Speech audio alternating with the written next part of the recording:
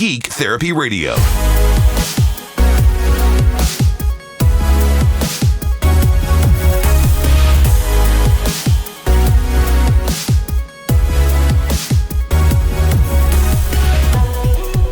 Welcome to Geek Therapy Radio Podcast, the Geek Therapy Radio Podcast. I'm your mental curator, Johnny Hemberger, and tonight I've got a bit of a fascinating subject to bring up. It's not just this study that was done by the University of Richmond, it's kind of how it applies to our life, and there's perhaps a lot of knowledge to be gained from this little experiment. Even though it has to do with lab rats, there may be some things here that we could possibly apply to our own lives. Either way, this research kind of resonated with me, and it's kind of a brief study here. It's a brief synopsis of what these researchers did at the University of Richmond with these lab rats, but it is very, very poignant, especially in the vein of Geek Therapy Radio. I think it'll mean a lot to us. It certainly meant a lot to me. So as you're listening to this in this morning or afternoon, night, that's the beauty of Geek Therapy Radio Podcast, is that you can listen to whenever you want. Thanks for joining me at any rate. So let's dive right into this study. So the University of Richmond did a study with some lab rats, and the aim of the study was to determine what impact the environment of a rat's upbringing. Sorry, let me rephrase that. The aim of the study was to determine what impact the environment of a rat's upbringing has on its stress response when learning new abilities or put in new situations or what have you. So basically, would a stimulated upbringing help the rats deal with stress better than being raised in a boring environment? So instead of testing a rat's stress by putting them in a maze, we've seen rats put in lab mazes 100 million times. That's a tried and true method. There's a reason why it's a tried and true method. But in this case, the University of Richmond researchers decided to instead teach the rats how to drive. How to drive little modified rat cars. Not cars shaped like rats, but rats and little modified electric vehicles. It's the coolest thing in the world. So in lieu of testing their, results with a maze, they're just going to decide to teach the rats how to drive. Because learning something new, especially something that you are not accustomed to, maybe the rats are used to mazes, who knows, but certainly we have not done many tests on rats teaching them how to drive cars. And so that might be a good procedure to undertake for this test. So the researchers decided, you know what? We're going to teach rats how to drive instead of how to walk through a maze. So the car's controls they consisted of a little floor made of aluminum and 3 copper wires at the front of the little car. So when the rat touched one of the 3 copper wires, it would complete a circuit with the aluminum floor and thereby actuate whatever motor. So the middle copper wire moved the car forward. The 2 outer wires controlled the steering. So left wire went right, the right wire went right. Left wire went left, right wire went right. That was a surprisingly hard sentence to say, but you can already assume that, left and right wires and middle wire, that makes sense that it's straight left and right. So I should mention here that completing a circuit with the rat's own body and skin does not result in a barbecued rat. Simple transistors in the circuit can assure that while the rat completes a circuit, the full current is diverted to the motors. Basically, the rat's skin is just like a living relay module. But let's get back on track, as it were. So anyways, 11 rats were used. 5 that lived in cages with lots of interesting things and toys and levels to climb, and then 6 that lived in standard lab cages. So 5 of the rats grew up in a very stimulating environment, while the other 6 rats lived in very plain Jane, bland, normal lab cages. The rats were placed in the car, and a treat was placed in different locations around the little enclosed arena. And the idea was that the rats would learn to navigate towards the treat by learning which wires to press to navigate there. So, okay, you start the rat in one corner of the cage and you have a little treat off adjacent over here. The rat would learn by touching the various wires, how the car kind of moved, and where to kind of negotiate it towards the goal of getting that treat. Navigate the car towards that treat. So fascinatingly enough, as it turns out, every single rat learned how to drive. In fact, in the video, which if you're not watching this on YouTube, if I even upload this on YouTube as a podcast, I'll include the link to a video in the podcast description. If this is on YouTube, I will put it in the YouTube description as well. But you can see the rats actually navigating this little arena. It is both the coolest and cutest thing in the entire world. By the way, side note, rats are like puppies. They're just as affectionate and just as destructive. You leave one rat alone in a room unattended, just outside of its cage, it will destroy that room like a Rottweiler. I promise you that. So rats are very cute, they're very intelligent, they're very cuddly, but they can be very destructive, just like a full-grown dog. So anyways, I personally like rats. I think they're kind of cute. But let's move on. Now, in terms of learning to drive, the rats that lived in the more stimulating cages learned to drive faster than the rats raised in the boring standard cages, indicating that the rats raised in more stimulating environments were less stressed and therefore could learn faster. That's what the tests indicated or suggested. So, to recap, the rats raised in a very cool, neat environment versus the rats raised in the boring environment. The rats raised in the interesting environment could learn and adapt to driving quicker than the rats who grew up in a less stimulating environment.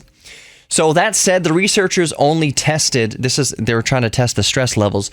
The researchers only tested the rats' poop for stress indicators while they were learning to drive. So they weren't testing the poop the entire life of the rat. I think this was kind of unless I'm missing something here, this is, I dare say, a misstep in this calculation, in this research, to have kind of a baseline of rat poop before the tests and after the test. They kind of tested in those weeks while the rats were learning to drive to see, basically it was just to see if their environments that they were raised in raised or lowered their stress while learning. So it's kind of inconclusive, except for the fact that while the rats were learning to drive and they took the stool samples while they were learning to drive, there was no variation in either group's poops.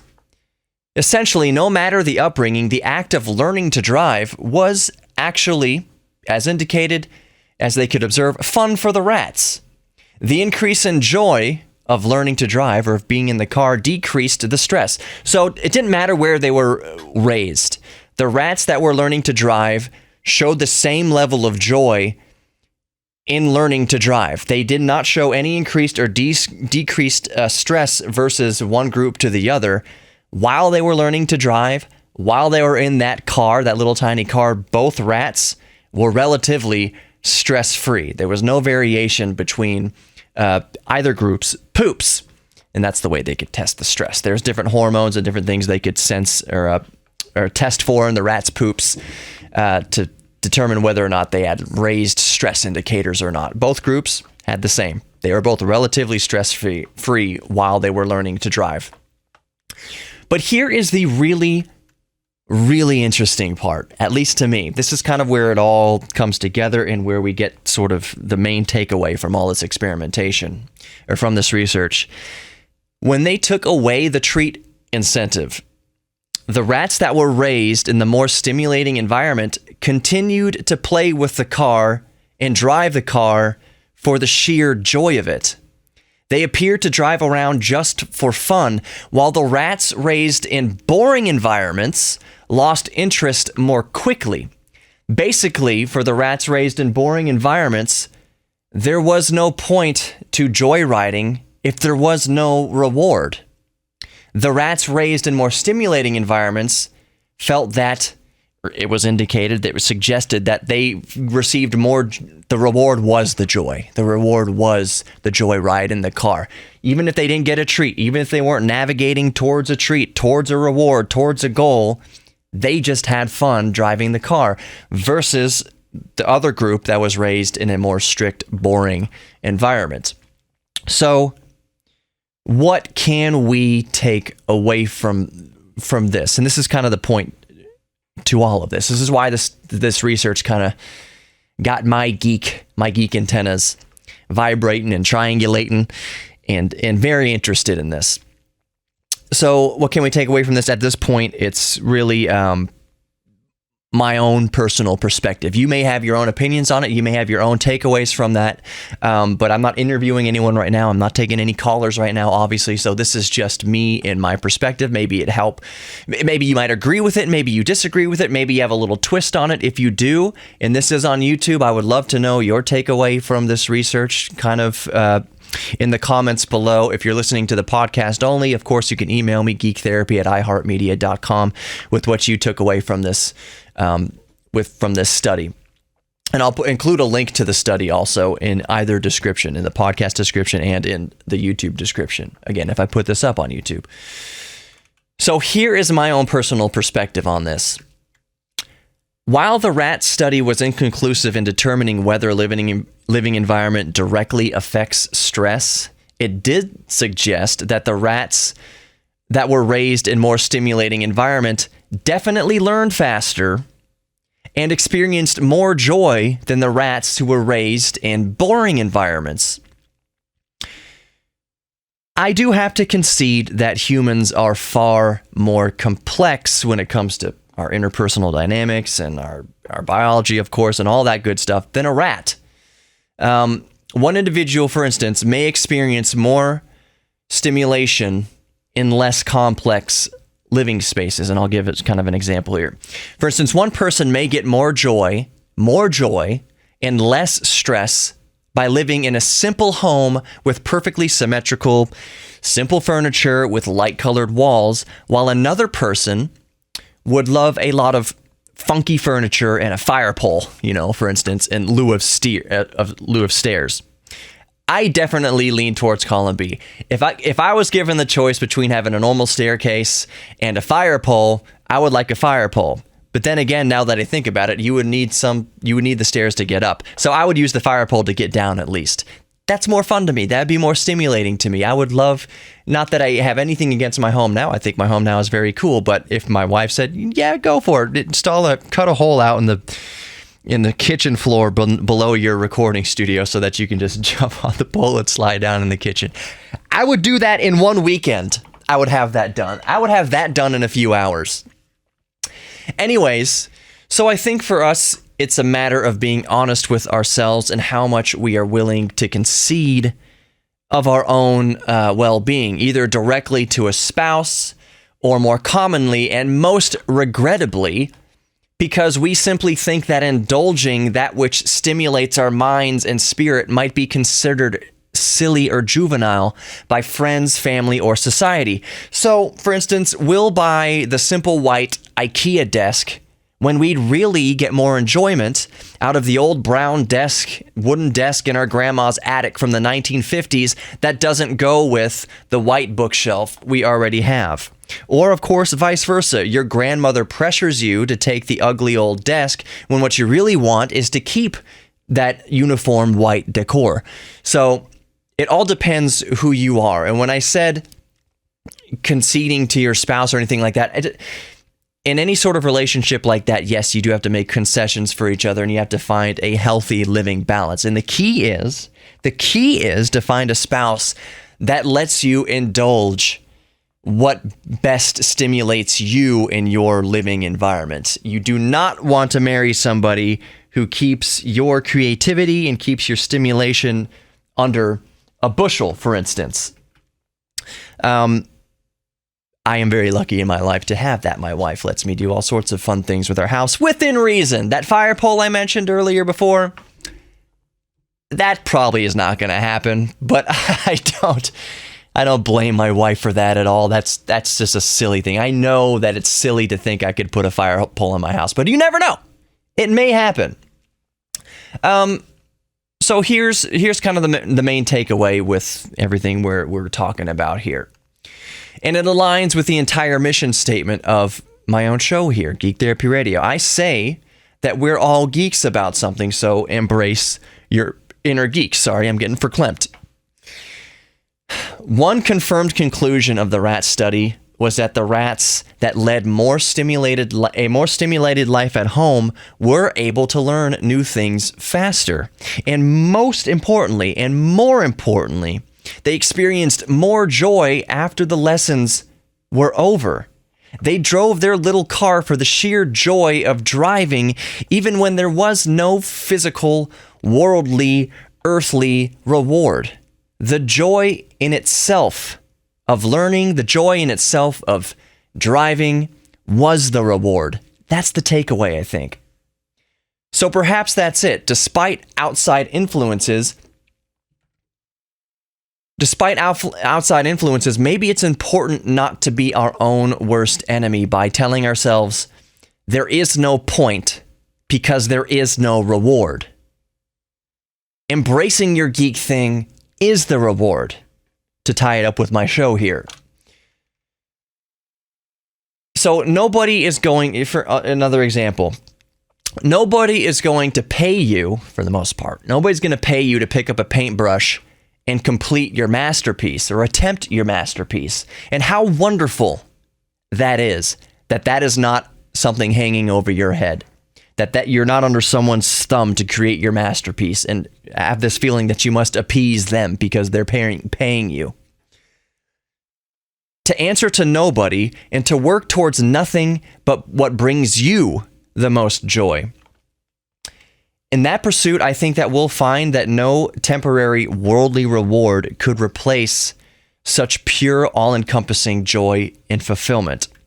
Now, I can only speak for me, of course, but I'd like to be the rat that keeps joyriding with no more incentive than the joyful act itself. So I kind of hope that resonates with anybody listening right now. Which rat do we want to be? Yes, it is necessary. We have to feed ourselves. There are some tasks and things we have to learn and adapt to so that we do get the piece of food after having completed the task or learned the task. That is definitely part of it. We need to do what we need to do to pay the bills. There are plenty of things in life that are uncomfortable for us to do that we would rather not do. A lot of us, and perhaps this is kind of a really good example of it, a lot of us go to jobs that we don't like so that we can pay basically to live, to survive. Pay for our homes, pay for our food, pay for entertainment, pay for whatever. What my aim is never to have a job I don't like and only compound that miserable life by coming home to a home that I don't like. Coming home to a living environment that's stale and boring or inconducive to my own joy. That even if I have a job that I don't like, that I can come home and embrace my inner geek. That I can come home and do what's good for me. Have a space set for reading. Not just a kitchen table that'll make do. Maybe that is your favorite place. I'm not saying. Maybe a kitchen table is your favorite place to read. But you know what? If possible, if you can help it, create a little nook for yourself to read, to nuzzle up and cozy up with a good book or whatever. If that's your geek thing, if that's what's going to bring you real joy in life and help you decompress and de-stress. Maybe you've always wanted an art studio or something like that. Find a place in your house that can have an easel that will take the scaffolding or have a canvas of various sizes or have your paint set up somewhere. Just give yourself something to look forward to if you have a job that you don't like. Now, there are some people that do have a job that is very fulfilling and that they do like to do. And that is the reward in itself. The fact that you draw a paycheck from it is just a bonus. And if you draw a really good paycheck from it, that's a really big bonus. But the important thing is to have at least anywhere in your life that you can help it. Have a place that brings you joy. Have a place that is conducive and conducive to doing something that brings you real rejuvenative joy. I've said on my show, and this was all, I hesitate to say this is what I'll be wrapping up with, because every time I'll say I'll wrap it up with this, I always wind up going for another 10 or 15 minutes, but I'll just move the conversation in this direction a little bit. One of the things I say on my show a lot is to find even 5 minutes in your week to devote towards your geek thing or to an old hobby that you fell out of or a new hobby. A lot of us used to have hobbies as kids, maybe as adults, teenagers, but life gets in the way. We work, we have families, we have kids, we have all sorts of adult things that need to be done, of course, and I am not arguing that. I am arguing that even despite life getting in the way, find 5 minutes per week, at least 5 minutes per week, where you can break out your Lego set or add to the painting that you started a little while ago, or finish a painting, or whatever it is that brings you joy or used to bring you joy that fell out of. Now, the excuse that I get inevitably from that, always, from friends, family, and strangers, is that they literally don't have 5 minutes in the week to devote towards a hobby or a passion or anything that brings them personal joy. Any alone time for them that brings them personal joy. They don't have 5 minutes. They work 16 hours a day, 17 hours a day, 18 hours a day. They have mouths to feed when they get home. They can't find any of it. But here's the thing. If that's truly the case, then I'm sorry, and I hope that's only a temporary rut in your life. Now, I'm not saying raising kids is a rut. It's not. It can be a very joyful thing. It should be a joyful experience to raise children. But all I ask is that you ask yourself, those people who tell me they don't have 5 minutes, they have always told me that. I have always gotten that input. Most of the time, I get that input on social media. Somebody on Facebook is telling me that they don't have 5 minutes in their life to devote towards an old hobby or an old passion of theirs. Do you see where I'm getting at here? How much time, if this is on YouTube, how much time have we spent going down YouTube rabbit trails that we know we have an old bike that needs fixing? We used to love riding our bikes. If you spend an hour going down a YouTube rabbit trail, how far along to fixing your bike could you have gotten in that hour? And to the point with the Facebook stuff, people telling me on social media they don't have 5 minutes. How long do you spend on social media? The sheer fact that you told me you don't have time, but you told me on Facebook, means that we have to balance in our life. How important is social media to us? Has social media gotten in the way of our old hobbies and passions? Has social media gotten in the way of procuring a stimulating living environment? Gotten in the way of real joy? And there are endorphin rushes that we get from social media. Every time I freaking turn on Twitter, I ask myself, why the heck did I even open up Twitter? It is nothing but political cesspool of nonsense. Twitter is a horrible place. But I understand why people get on Twitter and they go on their rants and do everything they're going to do on Twitter and social media. We have assumed this sort of false equivalency that endorphin rush equals joy. That being really mean and nasty and scathing and putting other people down who disagree with your politics on social media gives us a sense of moral high ground and that joy, that endorphin rush. Because anger is an endorphin rush. Hatred is an endorphin rush. It's similar but not the same. There's a difference between an endorphin rush and joy. You can get an endorphin rush from riding your bike down the street. You get on your mountain bike for the first time in ages and you go off on some trail. You experience that endorphin rush, that real joy.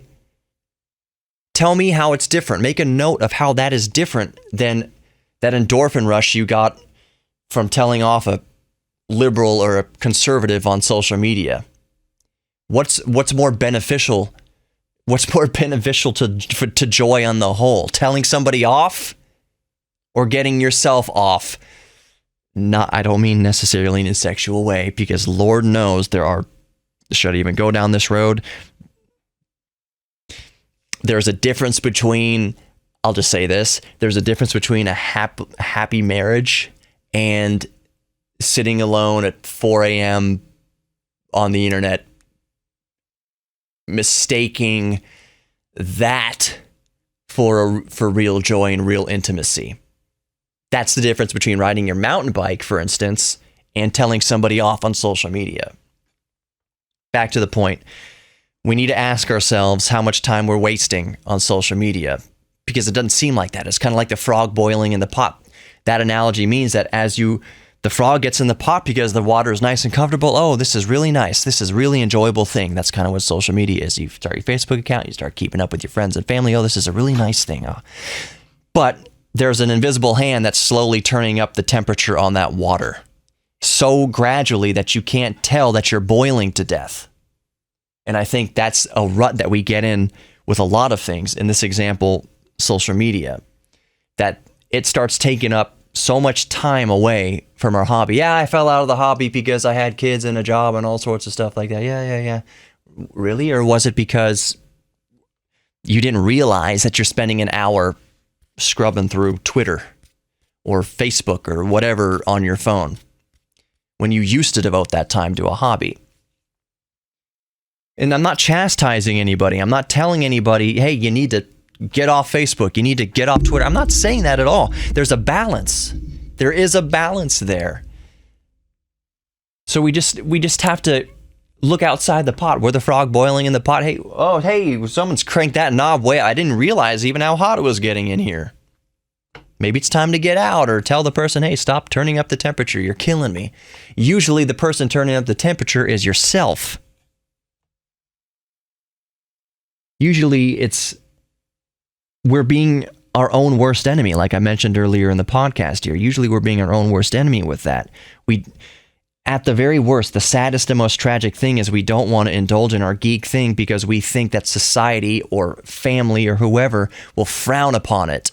And I'm not talking about really deviant things. I'm talking about you don't want to make music because you're afraid if someone hears it.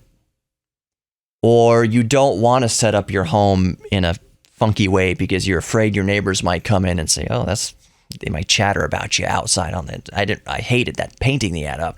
That couch just didn't work. Who cares?